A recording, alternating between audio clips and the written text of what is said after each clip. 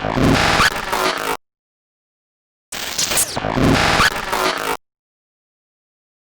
guys, it's Javier Villamil, and you're watching Rap, where I chop it up with real ass people. And on this show, rap means to talk in an easy and familiar manner. I'm sitting here with Josh Smith, entrepreneur, actor, and brand designer. I'm a designer now. Wow. Yeah, Josh, tell us a little bit about yourself.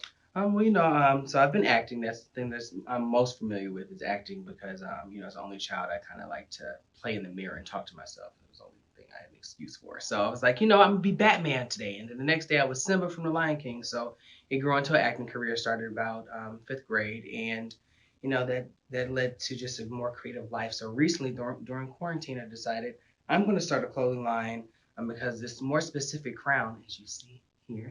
I've just been drawing everywhere. And so I decided, I said, hey, I had this clothing line started last year and the logo was totally different. So what I decided to do was switch it all around, just make it something that's true to me and something that I feel like people can identify with. And I just really, really, really love it. I love it too. As you can tell, like I'm rocking it today. I like the crown. I like the strawberry. We're like a Napoleon ice We are cream right now. legit. We look exactly like a Napoleon ice cream. We should step out on these. You know what? Bam! I think, is it Neapolitan? I thought it was Napoleon. I thought it was Napoleon ice cream this whole time. No, the only reason I know that is because I was watching the show and it was like, it's Neapolitan. I was like, what the hell is a Neapolitan? It's Napoleon for sure. Yeah. Surely it's Napoleon. But I think Napoleon's like a French guy. Yeah, like a real short French guy with a big hat. Yep. Yeah. His hat was huge. I love big hats. Hey, honestly, I need a big hat. So question number 1, why are you wired the way you're wired? To be honest, I think growing up in different cities kind of helped me be wired like that. Like I was born in Chicago, like yourself. And so, Chicago has its own culture for sure. And it's just full of so many different nationalities. And then I moved from there to New York. And, I just feel like I've always been around so many different things. So it just made me this weird melting pot of different personalities and cultures. And my parents are very comical, so I feel like growing up with two parents that really just say whatever comes to their mind, that's how you got this shit here. Dressed in caramel. Or is this khaki? I don't know. It's something. Beige. You got a beige wearing beige. Yep. Question number 2. If you could download the consciousness of any human being, either late or present, who would that be and why? The consciousness. I would probably download, this is crazy, but I would really download Oprah. And that's very interesting because one, she has the same birthday as my mom. So, my mom already just feels like she knows everything because her and Oprah share the same birthday. But I watched something about her and she said that since she interviews people, she actually used that to learn. And so she's learned a lot. Like she's had more conversations that we can even fathom just about different things. And I feel like she's become more aware of things that just on a human level. I think everybody's like amazed, like, oh, she's Oprah, she's rich, she's this, she's that, but she actually has shared a lot of human experiences. And I think that perspective is probably very interesting because, as actors, we get to shift perspectives playing characters and all the rest of that stuff. But I think with her, she's got to learn firsthand and actually listen. And so anytime I watch her interview, she's very interested about questions like that you would not think to ask. So I think her consciousness would probably be dope. And she's rich, so I mean, I'm not in the bracket to not download her consciousness at this point. Question number 3. Can you tell us about any projects sitting on your hard drive?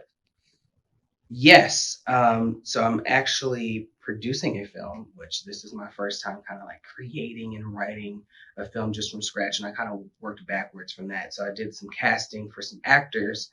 And from there, I started crafting a story around the actors that I got because I feel like that's usually a treat. You don't really get to be a new actor and have a story crafted for you. Usually you're trying to fit a certain type and all the rest of that stuff. So I thought it would be interesting to work backwards. And I actually just got the final draft not too long ago. And so the story is really great. I can't wait to share it. with the world. It is more so about healing. We have like a lot of projects that are about love or mystery or action, but I think that 2020 has showed us that we really need to be able to sit with ourselves, focus on ourselves, and see what we need to heal from. Because if you look at any nuance of your life, there's something that you're holding on to or something that's affecting you that you've been dealing with for so long, you don't even know that you're dealing with it. And so this project highlights African American women and going through that journey of healing and not masking it with, men or drugs or partying or anything like that. How we see like in love and hip hop culture and things of that nature. It's more so focused on self. So I'm Wow. excited I love that. Healing Black women by working across and helping put them on. for sure. I really love that. Yeah. That's so awesome. And I use all. I'm not a writer. I'm learning how to write, but I'm very creative as far as ideas concerned. So I actually have a team of all African American writers. Producing, creating, and not waiting. You know, That's what this shit is all about. I Period. love it. Question number 4. If you could copy and paste one famous quote and make it your own, what would it be? it would have to be a quote that I actually have on the back of my business cards, right here. Bam, Wow. Okay. and it's your future is created by what you do today, not tomorrow.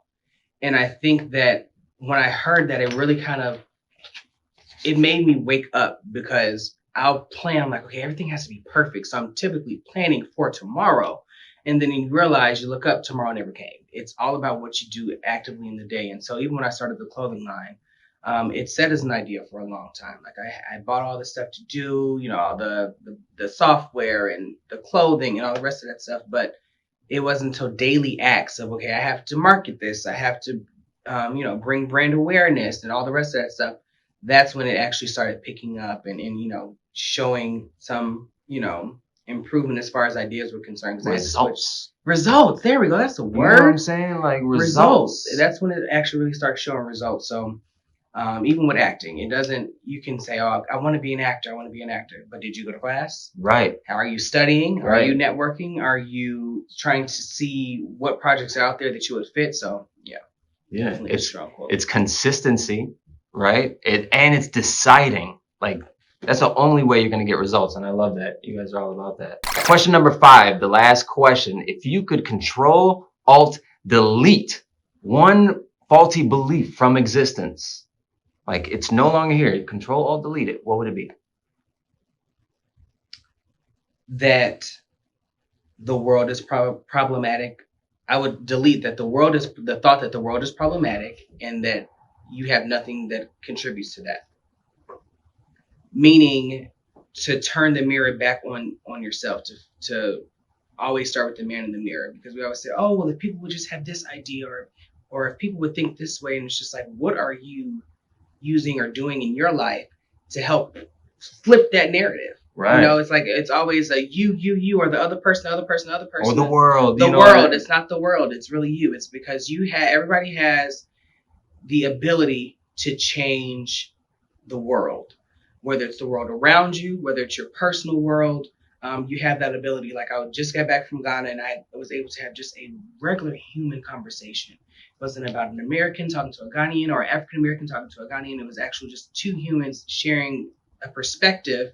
And it really resonated with me because it was about love and just how that really is just the thread of life. If you love eating, then your ass is going to eat. If you love a person, you're typically going to kind of try to make sure that person's happy, but you can't make a person happy without making yourself happy. Right. I'm getting deep as fuck. You are getting deep. Hey, that's great though.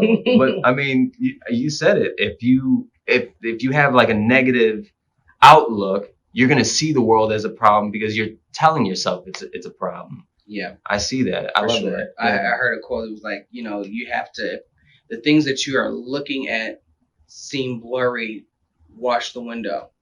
Wow. Bonus quote. Bam. Damn. 2 for 1.